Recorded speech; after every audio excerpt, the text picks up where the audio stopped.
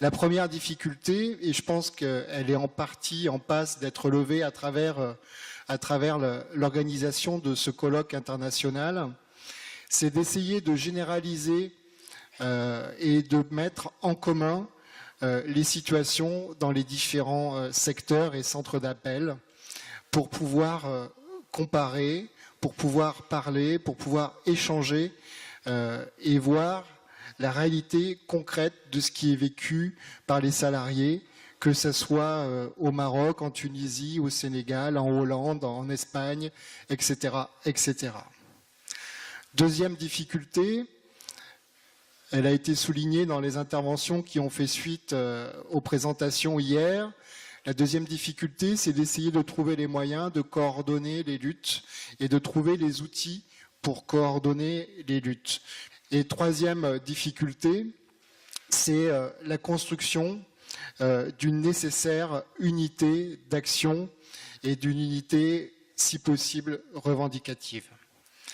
Face à ça, quelles sont les pistes que je pourrais essayer de proposer et qu'on essaie de construire, nous, à l'Union syndicale solidaire?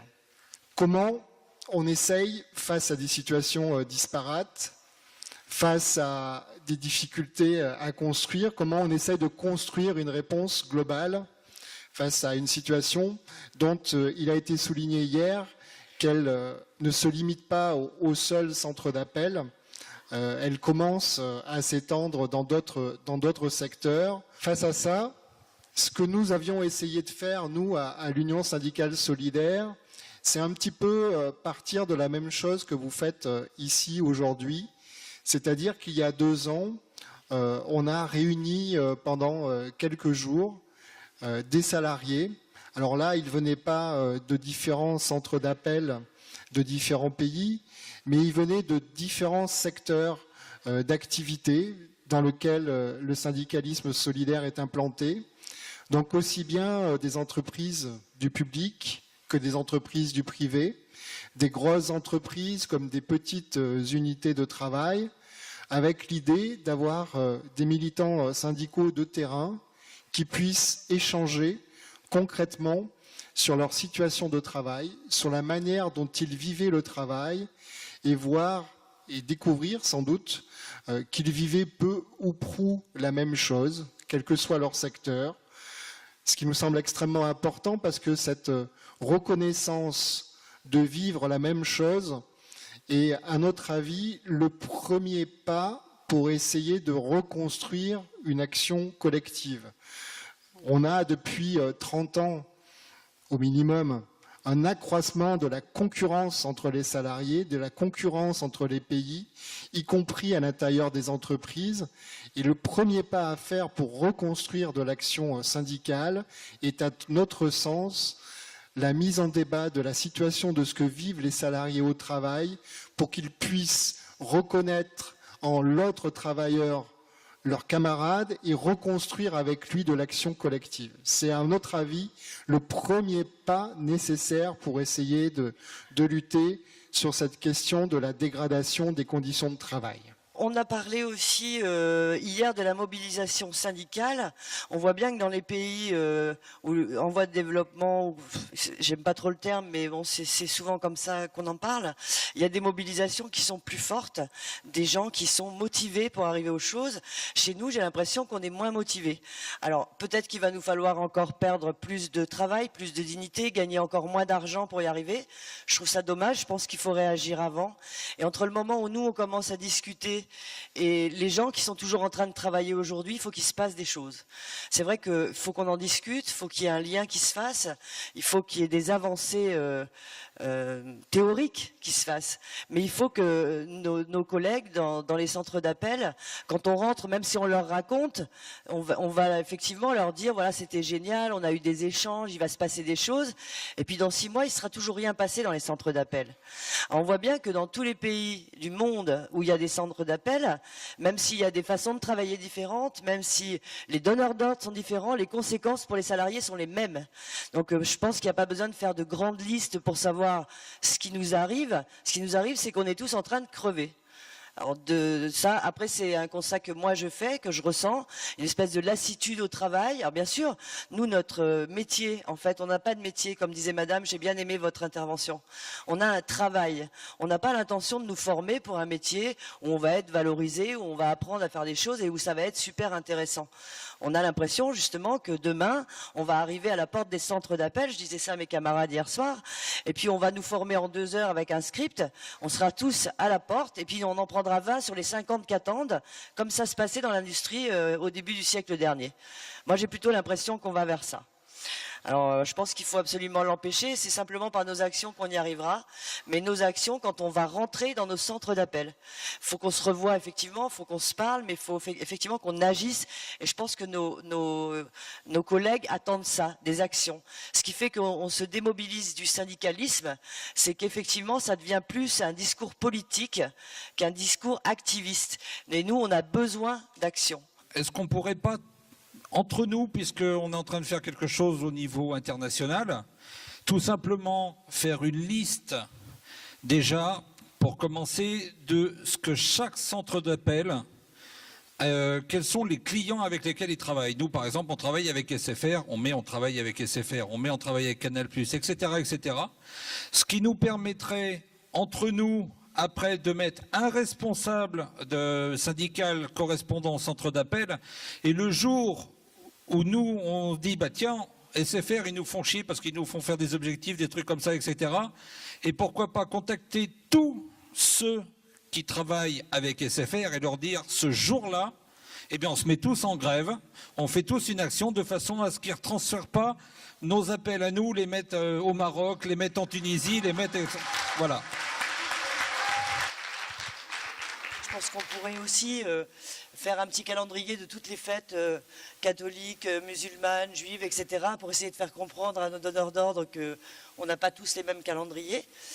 Et puis je me suis aperçu aussi dans les discours qui ont été tenus que si nos employeurs et nos donneurs d'ordre agissent comme ça, c'est qu'il y a un consensus politique derrière quand même, qui est absolument d'accord et qui est de connivence pour nous laisser un petit peu maltraiter au travail. Je crois qu'il y a un truc important aussi qu'il ne faudrait pas qu'on oublie, c'est la loi du nombre. Comme je dis toujours, on est très nombreux, c'est nous qui travaillons et je pense que c'est à nous de nous défendre. Qu'est-ce qu'on peut faire ici, avec l'union de tous les syndicats qui sont ici présents, afin de combattre, pour pouvoir combattre les patrons? La meilleure façon peut-être pour avoir des options qui aient un vrai impact, pour moi, ce ne serait pas vraiment le fait de faire une grève en téléperformance aussi, parce qu'ils sont dans tous les pays, pratiquement. Mais peut-être essayer de faire une liste des SFR, Canal+, comme disait le camarade. Il y a des produits nationaux, il y a des services nationaux et des services qui sont uniquement dans un seul pays, mais il y a des services comme par exemple Orange. En ce moment, ils ont un niveau international dans tous les pays. Movistar en Amérique latine. Peut-être il faudrait créer une action envers le client, par exemple. Depuis mon syndicat, j'aimerais souligner que ça serait peut-être le premier pas, pas forcément une grève, mais parce qu'il nous faut peut-être beaucoup de travail au préalable, mais peut-être faire une action concrète d'ici quelques mois, en essayant avec quelques clients. Par exemple, je pense à Orange, parce qu'au niveau international et dans tous les pays sont représentés. Et ils ont une présence dans tous les pays. Et on pourrait monter une action envers ce client-là, par exemple. Et à part aussi d'informer tous les clients d'Orange que l'exploitation d'Orange est internationale. C'est tout ce que je voulais vous dire, camarades. Merci beaucoup.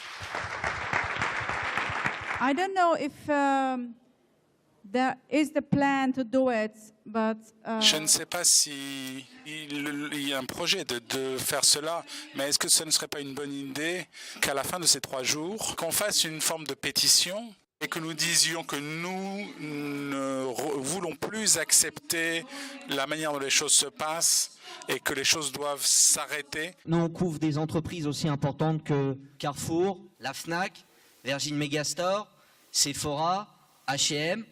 Ces boîtes, elles ont 2 caractéristiques. C'est qu'elles s'internationalisent, c'est que leur section, leurs services en matière de services après-vente, de fidélisation. De plus en plus, elles ont tendance à l'externaliser. Voilà, donc je rejoins l'idée qui a été exprimée par plusieurs camarades, qu'on puisse savoir sur le plan international quelle boîte travaille pour qui, pour qu'on puisse agir efficacement dans le cadre d'un conflit social et face aux violations répétées en matière de droit du travail et de liberté syndicale qui ont pu être présentées à la tribune. Dobbiamo cercare, a partire da questo incontro, Donc on va essayer à partir de cette rencontre de mettre en avant une proposition transnationale sur la base de laquelle mobiliser les travailleurs et travailleuses. una proposta che sia Donc une radicale. proposition qui soit radicale et qui ne soit pas subordonnée aux intérêts politiques et patronaux, qui soit capable de pointer aux intérêts des entreprises, qui vise à empêcher la mise en concurrence des salariés et l'abaissement du niveau des conditions de travail, en demandant la mise en place de règles, de lois, d'accords internationaux pour le secteur des centres d'appel. Je fais partie d'une ONG de militants qui s'occupe à travailler de coopération internationale en vue de faire des actions collectives contre ces fameuses multinationales dont on parle aujourd'hui. À ce titre, il y a une de nos militantes qui est au Maroc actuellement, à Casablanca, et qui, à la suite de journées de travail sur les call centers, nous a fait passer un communiqué des travailleurs des call centers de Casablanca que je vais vous lire aujourd'hui. Moi Média, le 24 mars 2012.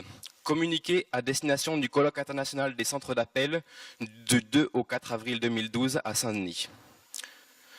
Nous, travailleurs des centres d'appel de Casablanca, nous sommes réunis ce samedi 24 mars 2012.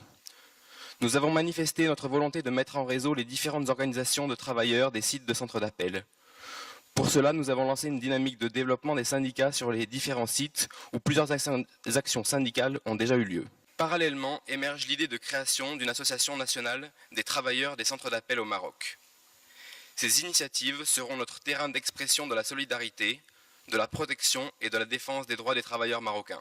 Afin de nous aider dans notre dynamique d'organisation, nous comptons sur ce colloque et sur vous pour nous fournir le soutien et l'aide nécessaires. C'est la première fois, à mon sens, qu'il y a une réunion de cette envergure au niveau international.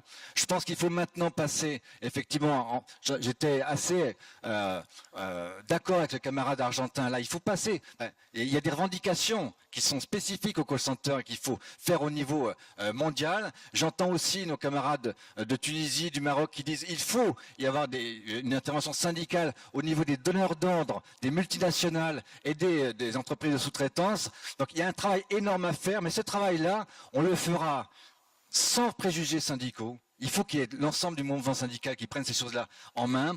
Il faut qu'on le fasse avec les chercheurs, avec les experts. Et il faut qu'on le fasse aussi comme une bagarre par rapport à l'opinion publique internationale. C'est comme ça qu'on arrivera à faire que les choses changent radicalement, à la fois au cœur des multinationales, mais aussi dans les pays émergents, comme on dit, qui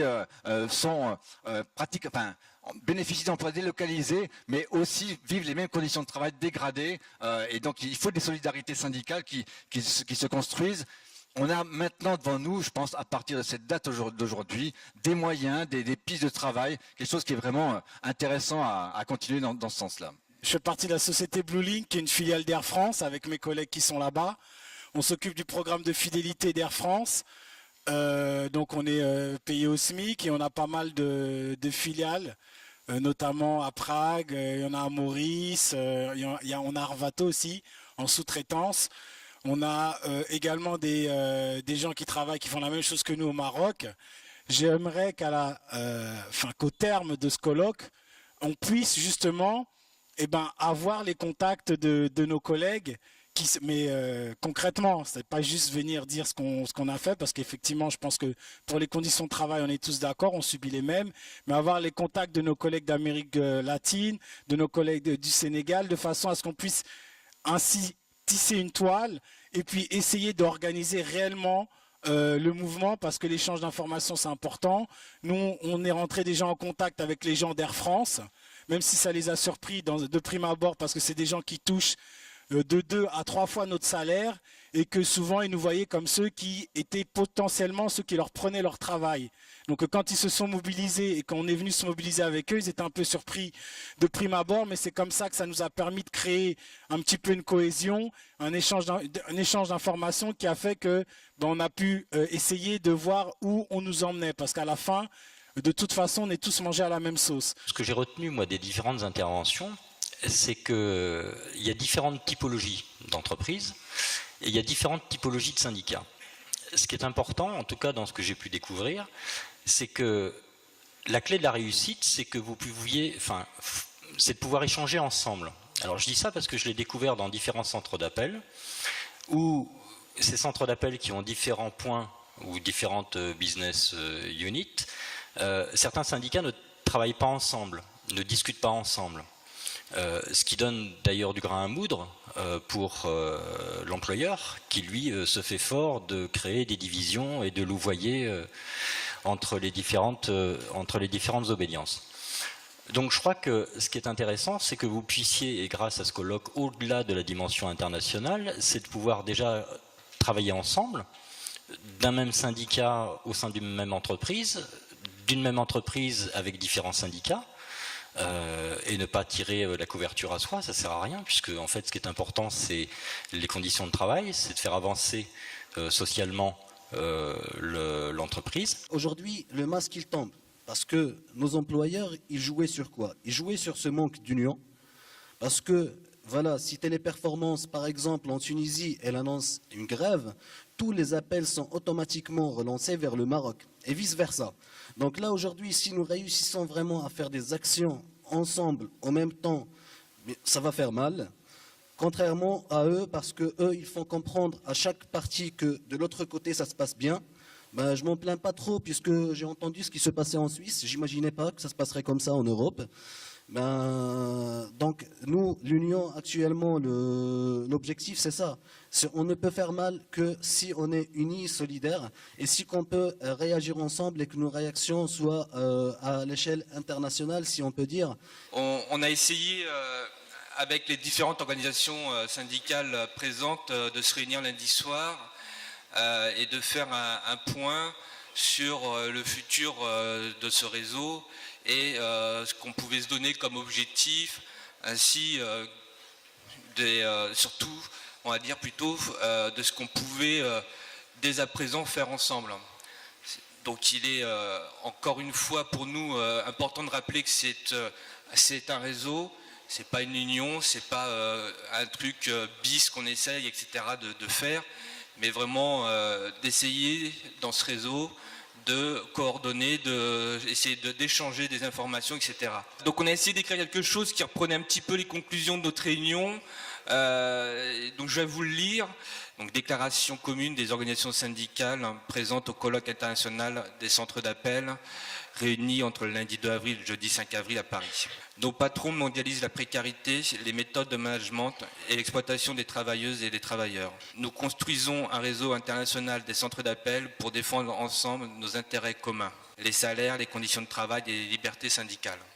L'activité des centres d'appel est importante dans l'activité économique et sociale de nos pays, mais plutôt que de parler de croissance, nous voulons parler de développement, et plutôt que de parler de création de valeur, nous voulons obtenir une autre répartition des richesses.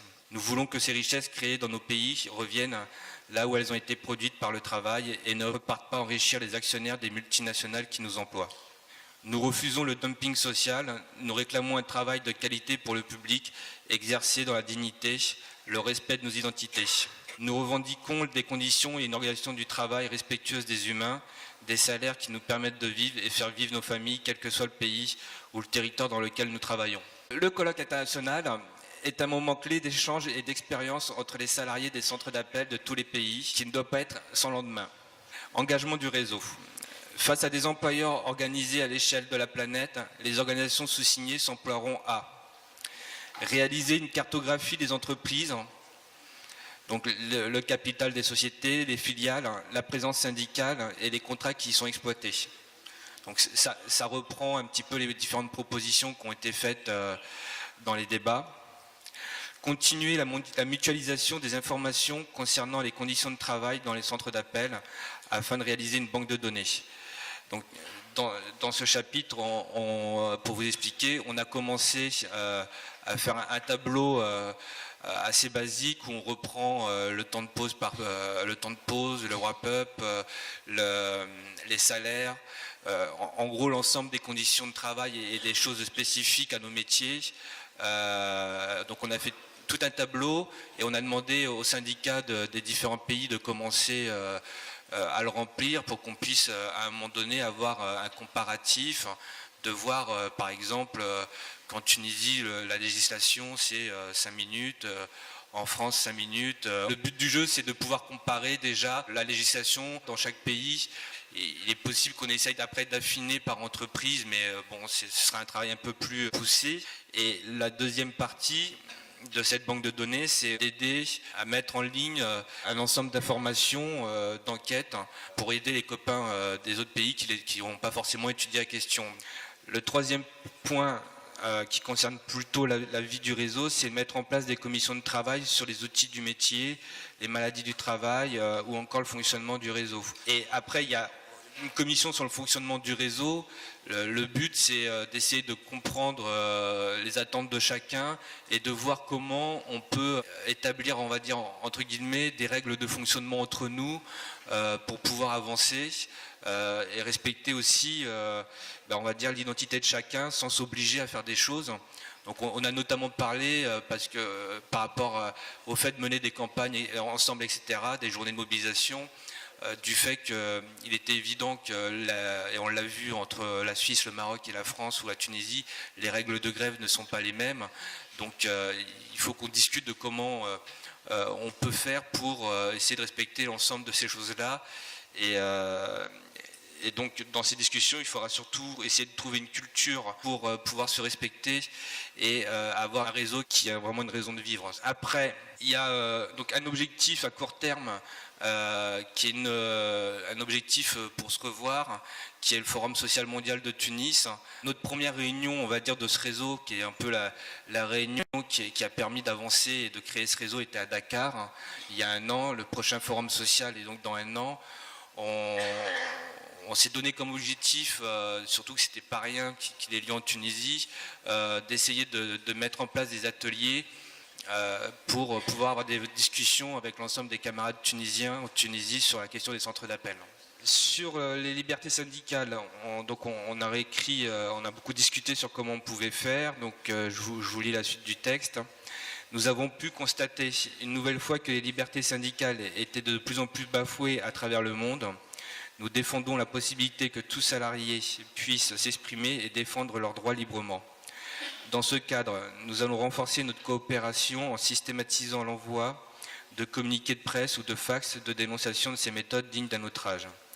Nous saisirons aussi la maison mère des multinationales qui ne respectent pas ce droit élémentaire, ainsi que les donneurs d'ordre, que ce soit via leur direction, mais aussi par leurs instances représentatives du personnel. C'est un peu le document de travail, les objectifs qu'on se fixe pour l'année à venir. Et le but du jeu là, ça va être d'essayer quand même d'avancer. Donc ça va être aussi, on va aussi vous solliciter parce que je pense que la cartographie des entreprises, d'essayer de décrire les filiales, les présences syndicales et les contrats qui sont exploités, ça passe avant tout par les équipes syndicales. Le but, c'est vraiment d'essayer de la base, de pouvoir avoir des contacts assez rapidement pour pouvoir se coordonner sur des actions, etc. Comme je l'ai dit auparavant, on est parti du fait qu'il était très illusoire et très difficile d'appeler à des journées mondiales de mobilisation, de grève, etc. Qu'on pouvait essayer assez rapidement de mener des campagnes communes qui seraient reprises en partie ou totalement par le réseau, chacun étant libre de reprendre ou pas la campagne, mais que la vraie problématique, c'est la base et comment on fait pour, dans les boîtes et dans nos multinationales, de faire des campagnes d'ensemble. Et donc cette cartographie devrait nous permettre d'avancer assez vite sur cette question-là. Une fois qu'on aura en gros tous les contacts d'un même groupe, on pourra vous mettre en relation et après mener des vraies campagnes et pourquoi pas des mobilisations par groupe, ce qui est quand même beaucoup plus facile que de mener des journées de grève internationales sur l'ensemble de nos entreprises qui ont des histoires et des vies complètement différentes. Ce qui ne nous empêche pas d'essayer de le faire à un moment donné. Voilà.